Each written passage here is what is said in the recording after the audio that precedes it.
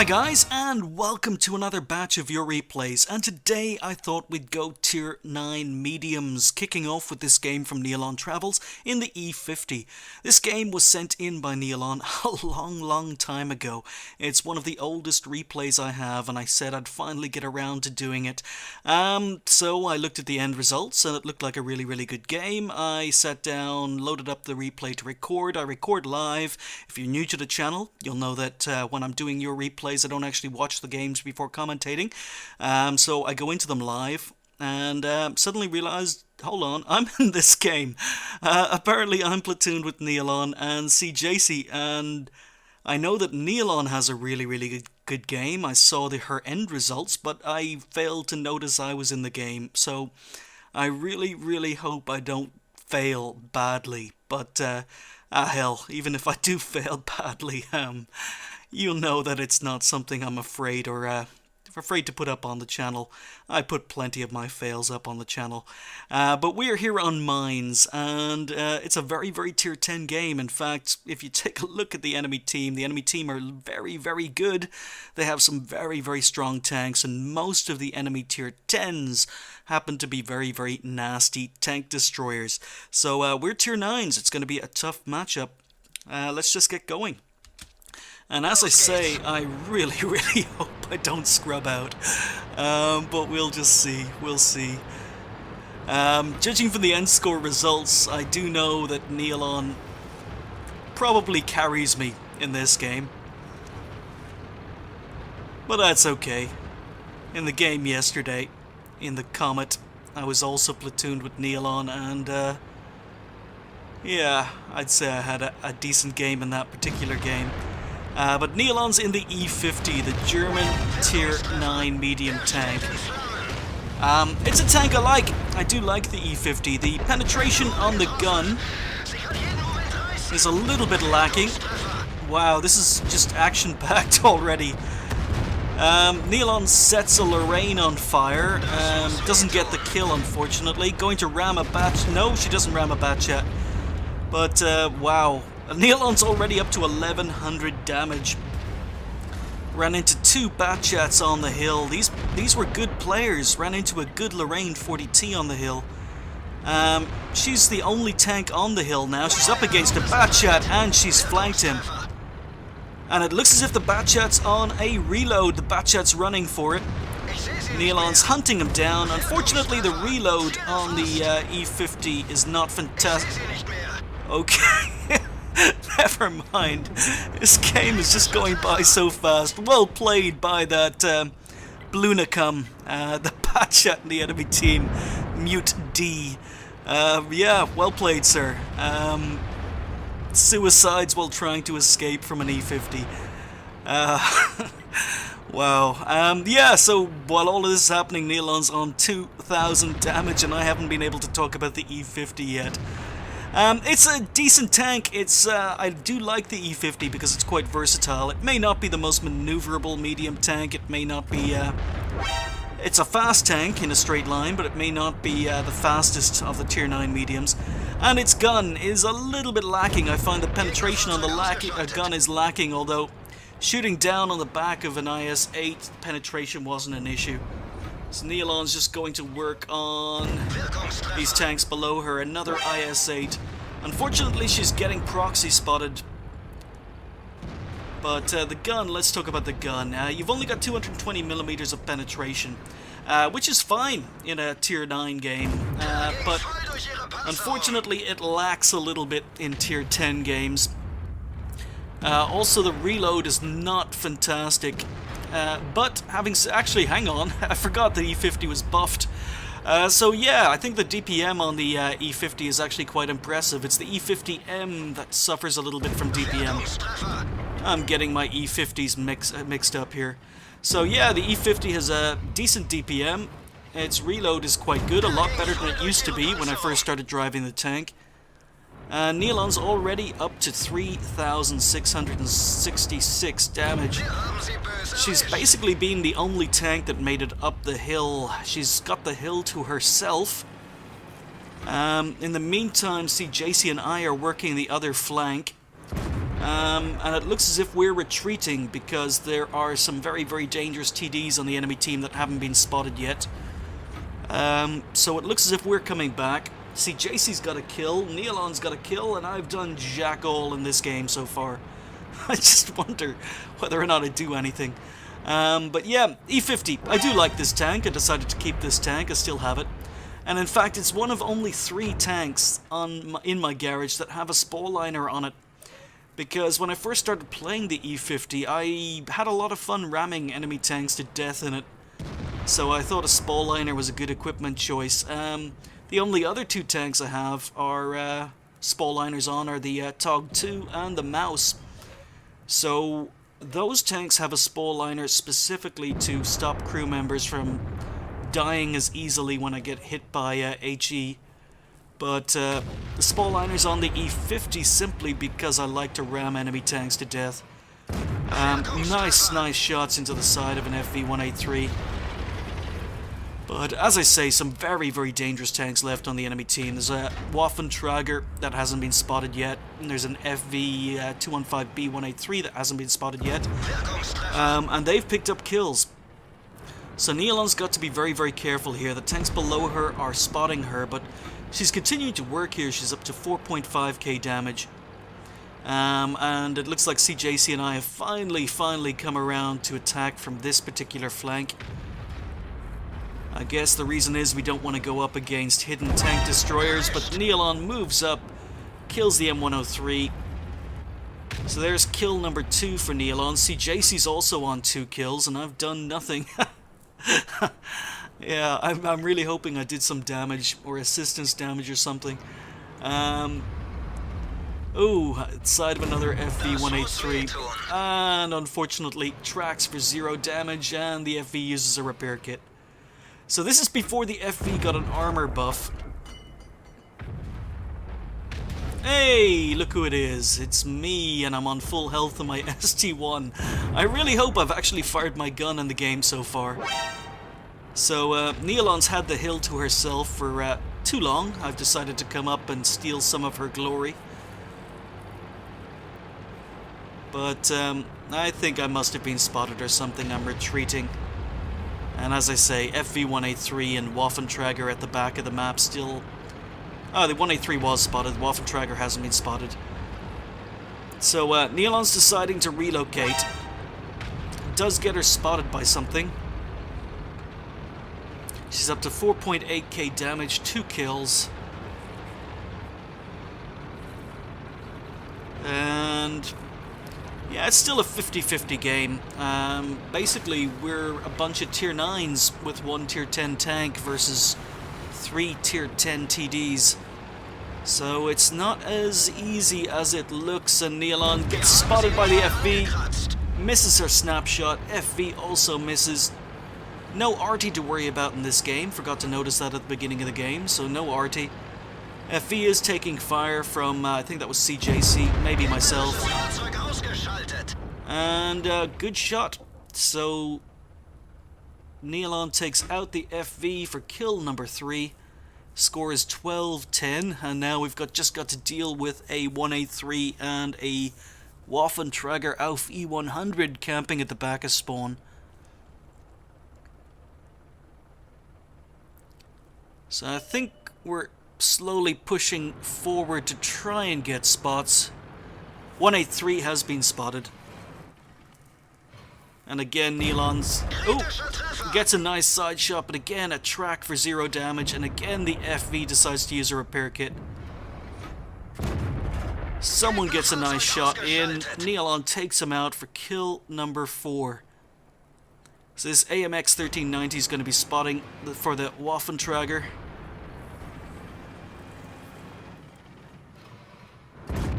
So Nealon risks it, pokes out, gets spotted, doesn't get shot by the Waffenträger, gets 1 shot into the AMX 1390. This game is looking a lot easier. I just got Waffenträgered. I just got Waffenträgered. I've just died. Oh god. I'm hoping I had a decent game.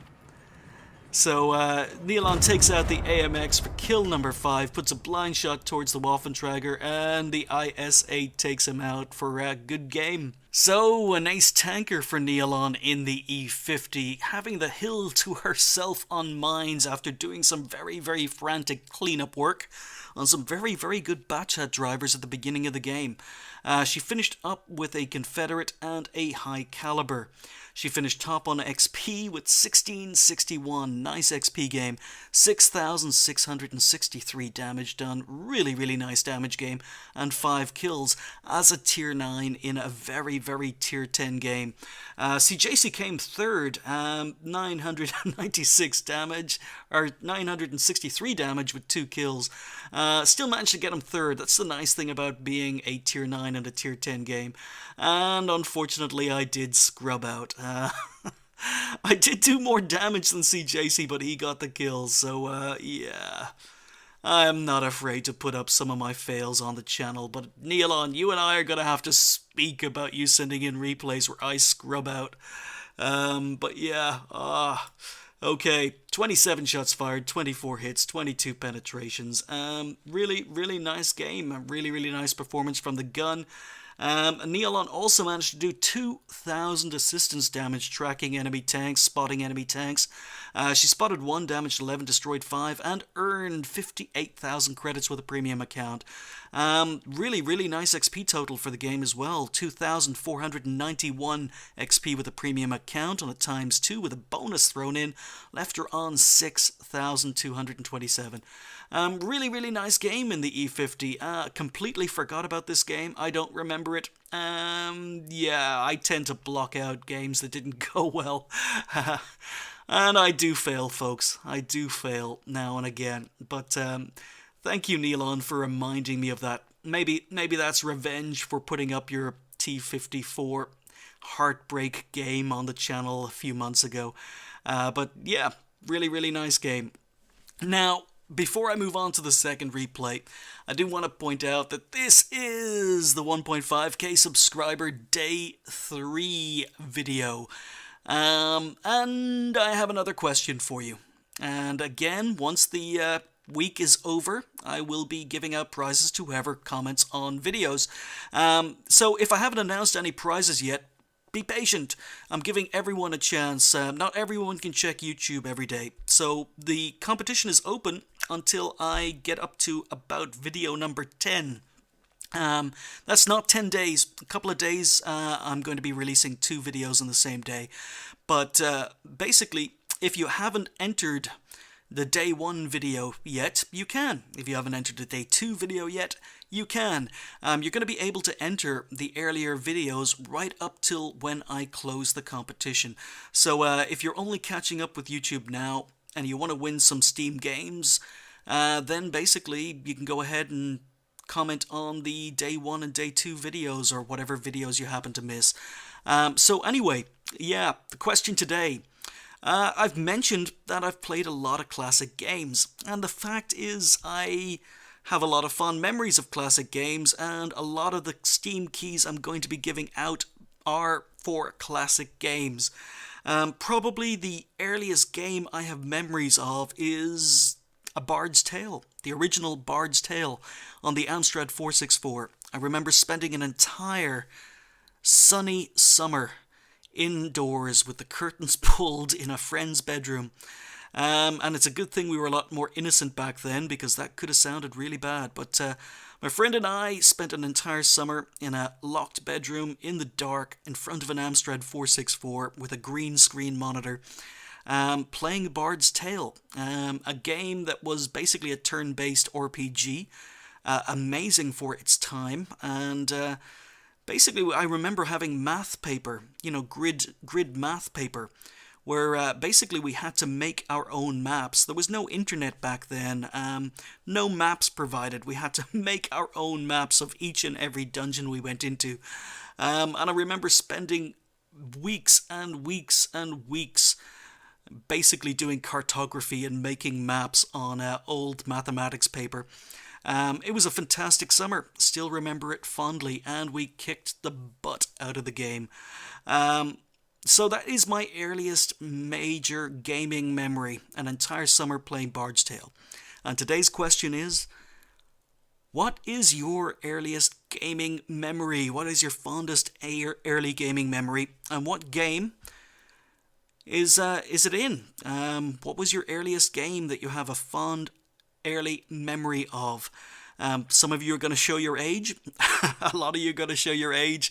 But yeah, I think this one should bring up some interesting responses in the comments. So if you do want to have a chance of winning another classic game on Steam, please let me know. What is your fondest early gaming memory and what game was it in? Moving on, we've got the Russian Tier 9 medium, and we are back with MisterMalik. This time he's platooned with CS AJ. I have no idea how to pronounce his platoon mate's name, but his platoon mate's in the Object 432. They are here on Sacred Valley again. Wow, getting this map a lot recently. But they're Tier 9s in a Tier 9 game with only 3 Tier 9s on either side. This is another dream matchup, and MisterMalik and his platoon mate, I'm just going to call his platoon mate Abe if he doesn't mind, have an absolutely amazing game. I saw the end plates. This looks to be absolutely incredible. Let's just get going. So he's in the T-54. This is probably the strongest Tier 9 medium tank, in my opinion.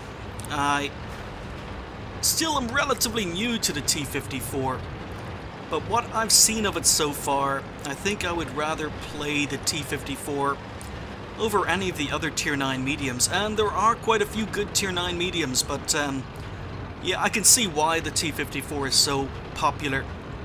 It's got really good frontal armor, a decent turret, really punchy gun, and for some reason the replay is quite laggy. I don't know why, but it looks as if MisterMalik and his platoon mate are going to be working the J line. And as I say, they're top tier. They can be bullies here. They can be really aggressive. And the first enemy tank has been spotted on the hill. It's an E-25. And MisterMalik misses his first shot. I don't know. The replay is very laggy. Don't know why. MisterMalik goes for a ram. 200 damage. There's that weak spot on top of the E-25. And oh, I thought MisterMalik had got a ram kill on the E-25, but no, the 59-16 steals it. So very aggressive. Oh, bounces on the side of an IS. Really unfortunate shot, but he's got a decent reload, puts a shot through the driver's hatch, and he is bullying. He's going hull down. He's only giving the IS his turret to shoot at. His platoon mates come up, and his platoon mate nicks the kill. So he has lost a little bit of damage, but that's all through ramming, and the ST-1 has suddenly appeared. Okay, so this is a challenge. I don't know why the replay is so laggy. I apologize, guys. But this is a challenge because they've taken out a couple of Tier 7 tanks. MisterMalik is... Look at that frontal armor. MisterMalik is at a really good angle. Teased the ST-1 into taking a shot. Does no damage, and now MisterMalik is looking for shots, side scraping, tracks the ST-1. Now I'm actually quite surprised the ST-1 came hill, because usually, did that shot go? No, he hits the wall. Sometimes the modeling on these maps is a little bit poor. Server reticule causes problems, and the side scraping takes a shot, misses, but as I say, I'm quite surprised the ST-1 came north, because usually heavy tanks would advance down the B line, but maybe the ST-1 saw the fact that there were 2 Tier 9 mediums on the enemy team and came up to counter them. So nice shot through the driver's hatch on the ST-1, and MisterMalik and Abe are just doing a lot, going to work here. MisterMalik's up to 1857 damage. Oh, ST-1 puts a shot into Abe. MisterMalik's coming out at an angle. 87 misses, goes through the front of the 87. He's using premium ammo. He didn't have a lot of premium ammo on the tank to begin with, but he is using it for the ST-1. No point in reloading to put a shot just so you can fire a normal AP at the AT-7. ST-1 was actually over-angled. MisterMalik got a shot in. Oh, now an IS-3 comes in. And the IS-3 does the first significant damage. Oh, so many targets, so many opportunities here. So, he has the reload on the IS-3 beaten. He goes for a second shot. Just realized that Abe took out the ST-1. Abe took out the AT-7. So another shot into the IS-3, and now Abe takes out the IS-3. So MisterMalik's doing all the tanking, he's doing all the damage, and it looks as if Abe is just cleaning up with those kill shots. So his platoon mate's on 4 kills. MisterMalik hasn't managed any kills yet, but I've just realized while all of this was going on, the team have suffered a pretty bad collapse in the other side of the map. Even though the score is still 50-50, the enemy team are advancing down the 2-3 lines in strength. So really, Abe and MisterMalik need to support this Verdi. This Verdi is the one who's giving them spots from distance. They need to try and save the Verdi, but the T-54 has a lot of health, and that was quite a low roll. And he does it. Okay, so MisterMalik doesn't do it. Verdi takes out the T-34. And unfortunately, the Verdi goes down. Oh, lots of targets here. So they've been really aggressive. They won the hill. Now they're sniping from distance, trying to cover their spawn. 59-16's getting them eyes. And of course, Abe also gets that kill. Abe's up to 6 kills. He's stealing everything. So a couple of missed shots on an AMX, or a bounce shot on an AMX 12T. But MisterMalik's keeping an eye on the minimap. Noticed he was being flanked by a T-54 lightweight. And now there's a T-54 up here as well. T-54 is more dangerous. Goes for a snapshot, bounces. Takes a hit from the T-54. That's dangerous. Very dangerous. So T-54 on the enemy team could potentially one-hit kill him if he rolls high. But he takes out the T-54 lightweight, trying to stay safe. Now it's 2 versus 3. It may have been 2 versus 4 or 2 versus 5 a moment ago. I didn't notice. But that was MisterMalik's first kill. He's up to 5k damage, gets a beautiful shot into the T-54, takes a shot in return. Now he's definitely a one-hit kill. Abe is not looking so well on the health front either. But beautiful shot. Ammo racks at T-54. That was 448 damage. Then he sets the AMX 12T on fire. 2 very, very fortunate kills there. So that was, as I say, a roll of 448 with an ammo rack on the T-54 and a roll of 381 with fire on the AMX 12T. And just those 2 shots have completely evened up or made the game a lot easier. Abe is on 6 kills, MisterMalik's on 3 kills. No idea how much damage Abe has been doing, but should point out that Abe is playing the Object 432 as stock. XBM is telling me he's stock. Not quite sure what stock about the tank. Haven't played it yet. But MisterMalik's on 6,000 damage. He's on 3 kills. His platoon mate's on 6 kills. 1 enemy tank left. If they can kill the T-28, who is capping and has given away his position. If they can kill the T-28, that's 10 kills for the platoon.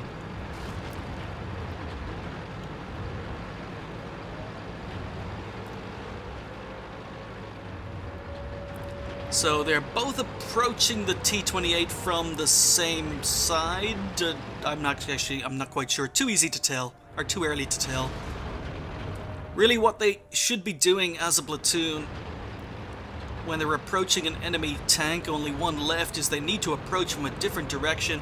It looks actually as if they are. Okay, Abe has gone south, he's going through the valley, and MisterMalik's just gonna pop up, spots the T-28, takes a snapshot, unfortunately bounces, fails to reset cap. So 35 seconds left of this game. T-28 goes stealth. And Abe needs to hurry up here. Only 25 seconds left. Abe needs to get up. Needs to support MisterMalik, and he does. Okay.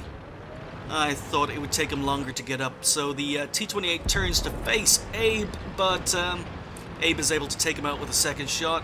MisterMalik doesn't need to do any damage to the T-28 at all. But a really, really good effort by the platoon in a really, really nice matchup on Sacred Valley. So that was an ace tanker for MisterMalik, but he also picked up brothers in arms. He picked up a Spartan for bouncing a shot when he had less than 10% of the hit points of his vehicle left. He picked up a steel wall, he picked up high caliber, and he picked up a Confederate. Nice medal haul in a very, very nice game. And you could see that the platoon had a really, really good game. I think it's fair to say they carried the game. 5,500 damage for Abe. He wasn't just kill stealing, he did get 7 kills, he did do his fair share of damage. MisterMalik did almost 6,000 damage, 3 kills, and it just shows the difference that kills can make. The major difference between these two guys, even though MisterMalik did 500 more damage, because Abe picked up 4 more kills, he finished top on XP. But 2 really, really good games. I'd be very, very surprised if that wasn't an ace tanker by Abe in the Object 432 as well. Fantastic effort, guys, and sorry I haven't got around to showing the replay before now. 36 shots fired, 31 hits, 22 penetrations. The gun on the T-54, you've got a couple of choices, but most people use the second fire, the gun that leads on to the Object 140. The penetration is okay, it's only got 200 millimeters of penetration, but the premium ammo has an amazing, I think it's 330 millimeters of penetration off the top of my head. Really, really good gun. May not be a perfect sniper, may not be the most accurate, but the DPM is very, very good. The tank is fast, it's maneuverable, and its armor is very, very good. I think if there was a definition of a medium tank, a perfect medium tank in World of Tanks, the T-54 would match it. It has the speed, it has the maneuverability, it has the armor, and it has the gun. It's a perfect, perfect all-round medium tank. He received 18 hits and 13 bounces, took potential damage at 3,760. There's that armor demonstrated. He damaged 10, destroyed 3, did 1,000 assistance damage, and unfortunately, even though he wasn't carrying a lot of premium ammo on his tank, the very fact he had to fire premium ammo against the ST-1 meant he ended up making a loss on a standard account. And even with a premium account, he still wouldn't have made very much money. That's the downside to playing higher tiers, guys. Even on an amazing game, you can still sometimes lose money. 1358 XP with a bonus thrown in. No first game of the day or ×2 left him on 2037. Really, really good platoon game today. Possibly better than the first platoon game in the first replay. They had a complete and utter scrub on their team in an ST-1 who died very, very easily. But thank you very much to Neilon, and thank you very much to MisterMalik for sending those replays in. I do want to remind you, today's question for Day 3 giveaway is, what is your earliest gaming memory and what game was it in? Thank you guys for watching. I'll see you next time.